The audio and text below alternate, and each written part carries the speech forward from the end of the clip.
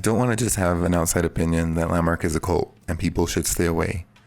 I also don't want to be someone who acts like Landmark is the answer, and that I would be willing to cut off family members who don't participate, or be someone who will not associate with people unless they do Landmark. There are companies out there that will not even hire you unless you participate. I want to take a deeper cut and not just talk about why people love Landmark, but evaluate what they're doing to make people feel so protective when someone talks negatively about them, or why people have such strong feelings against Landmark. In the past, I have felt very worried about saying anything negative about Landmark. Although I have seen a few recent threats of lawsuits, many people are going on social media and talking freely about Landmark. I started participating in the 80s, and I have family that were participating before that. Why can't we talk about our experiences we had at Landmark freely? I believe we can. This is America, and even if it wasn't, we should be able to feel comfortable talking about Landmark without getting sued or being labeled as a bad, evil person with no possibility. According to some at Landmark, the Landmark form brings you closer to the light than even something like Buddhism. What is beyond Landmark then? Or what has brought people to a space of enlightenment that is equal to life is empty and meaningless?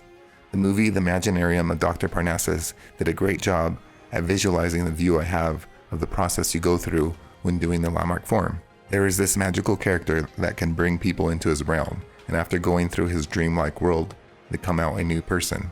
The show, The Midnight Gospel, takes us there as well. Are there different levels of enlightenment? There is Buddhism, religion, philosophy, meditation, yoga, and so on. When you hear leaders talk, they make psychology and psychologists out to be somewhat of an enemy. Psychologists, in my opinion, are beyond a Landmark leader.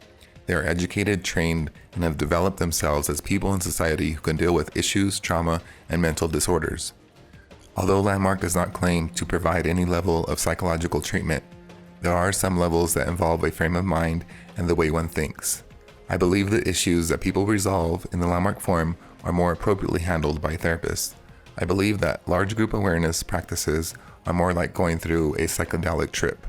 Some people have cured themselves of mental disorders by doing mushrooms, MDMA, or marijuana. These drugs can also harm you, but there is an abundant amount of information on both sides. The problem I have with Landmark is they suppress any negativity and don't address the issues at large. It's like, I don't know anything, I didn't say anything, and it didn't happen. What can you use the distinctions from Landmark for? What are the benefits of participating? The great thing about traditional education is that a study will continue to grow and information gets added to a body of work. With Landmark, the language is ridiculously small and repetitive. It's like if you went to the doctor and every evaluation was called an injury. In actuality, a doctor will have an extensive summary and evaluation of what they find. At Landmark, everything is broken down to a racket, a story, or your identity.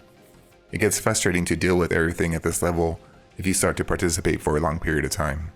Where Landmark does become beneficial is seeing your blind spots as an individual. People don't always know that they're mean, that they're a bitch or a douchebag, or that they use nice to manipulate people. These are valuable things to get because this is how we grow. The issue I have with Landmark is that they act as if doing their courses is the only way to get these things, and they say that they are the source of transformation. From around 13 to 15, I went through a stage of transformation where I was extremely happy and I just wanted to smile at everyone. I do see people that are like this without doing any courses, but I can also recognize when someone has this behavior after participating. It looks like Ross Matthews. One thing I wanted to get about 20 years ago when I started a leadership program was learning Flash. Then it was Macromedia Flash. After getting that I'm a failure and that I'm not, going through different stages of sadness, recognizing that I was going through it, accepting and allowing it, seeing some light, drinking heavily, and then finally watch some YouTube videos and I can animate. Thank you, Landmark. I probably won't make any money off of it, and only 10 people will watch and half of them will leave negative comments, but that's my life. At least I could be authentic about it and reduce myself to being cynical. I've read about many artists' journeys where they have talked about getting to nothing to start creating. This is where a Landmark course might take you. There's a phrase there, for X amount of money, you get nothing. Socially, there are unspoken levels of hierarchy that if you don't reach enlightenment, you will be put into. You will feel ostracized and alone. If you don't get it, people will try to help you get it or get upset that you don't just get it. If you are being cynical, people will keep reducing you. If you are running a racket, people will reduce you, clear you, and pick you apart. If you are labeled as a no possibility, you're the devil. There have been undeniable cults with undeniable cult leaders. There are organizations with cult-like practices. There are companies that have been described as cults. There are music artists with cult followings. So, is Landmark a cult? The question so many focus on before doing anything with Landmark. Why do people even question that? Let's see. Do they have one leader that everyone obeys? No, but there are leaders.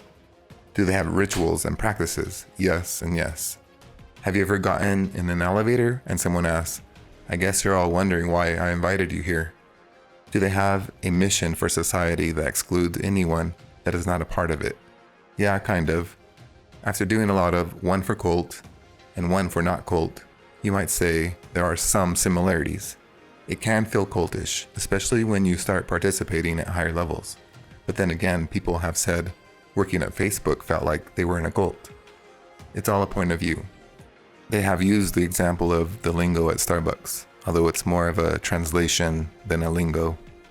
However you view Landmark, there has been a significant social impact starting from Werner Erhard's Est to Landmark Education to Landmark Worldwide.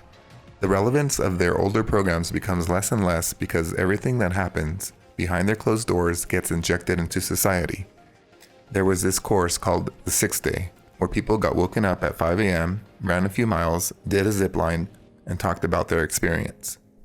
There are several programs on TV now where we watch people go through a boot camp-like process and come out of it a better person. There are so many expressions that people use like got it, or I have a valid experience, or anything that may have to do with possibility and creating something. There is an exaggeration to this that I see many participants having, where they believe if you even say the word transformation, it must be linked to Landmark. I used to have a major internal and social struggle with my relationship to Landmark and my participation.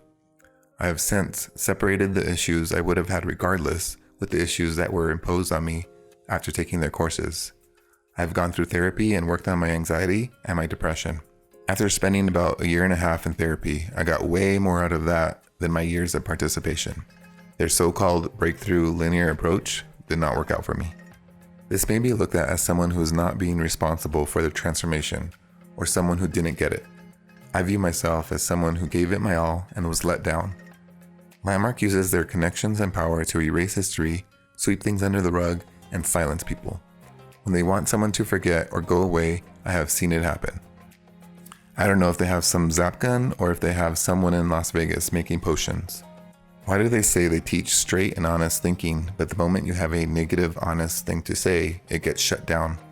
I spent years considering and living inside of each distinction.